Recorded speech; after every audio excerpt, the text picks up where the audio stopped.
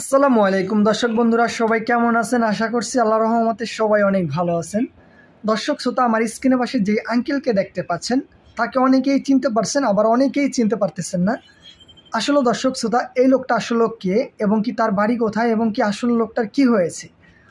দর্শক শ্রোতা, এই লোকটা আসলে মনু মিয়া, আর এর বাসা হলো কিশোরগঞ্জে। আসলে দর্শক শ্রোতা, এই লোকটা কিন্তু বর্তমানে অসুস্থ রয়েছে। আর বিশেষ করে সেই লোকটা আসলে কী করতো দর্শক শ্রোতা, এই লোকটা এর আগে কিন্তু আমরা অনেক ইন্টারভিউতে দেখেছি, আবার অনেকেই দেখি নাই। দর্শক শ্রোতা, এই লোকটা মূলত কোনো টাকা পয়সা নিত না, বিনামূল্যে আসলে দর্শক শ্রোতা তার এলাকায় কিংবা দূর দূরান্ত এলাকায় যে মানুষ মারা যাওয়ার পরে কিন্তু যে কবরস্থান করা হইতো বা কিংবা কবর খনন করা হইতো, দর্শক শ্রোতা সে কিন্তু বিনামূল্যে সে কিন্তু দূর দূরান্ত এলাকায় কিন্তু যাইতো।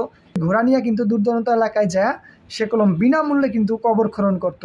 আসলে দর্শক শ্রোতা, খুবই দুঃখের একটি বিষয়।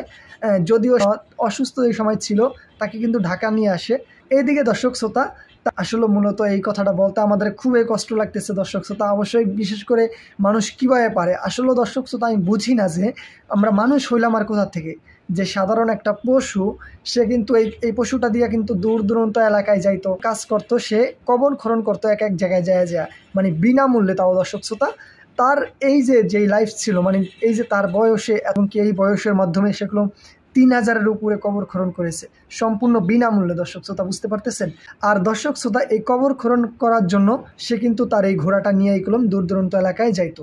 আর দর্শক শ্রোতা, এই ঘোড়াটা যে রয়েছে এটা কিন্তু তার এলাকার কিছু লোক ছিল দর্শক শ্রোতা, তারা কিন্তু তার বাড়ির পাশে থেকে নিয়ে এই ঘোড়াটা নিয়ে যায়, তারপর কিন্তু ঘোড়াটারে হত্যা করে ফেলে। মানে বুঝতে পারতেছেন, যেই ঘোড়াটা দিয়ে দর্শক শ্রোতা মানে কবর খনন করার জন্য এই আঙ্কেলে যাইতো, মানে মনু মিয়া যাইতো এক এক জায়গায়, সেই ঘোড়াটাকেই কিন্তু মেরে ফেললো। মানে বুঝতে পারতেছেন দর্শক শ্রোতা, একটা মানুষ মানে কতটা মানে নিম্ন স্থানে যাইতে পারলে মানে এই কাজটা করতে পারে। একটা পশু, সেই পশুটাকে আসলে মানে কীভাবে বুঝাবো দর্শক শ্রোতা?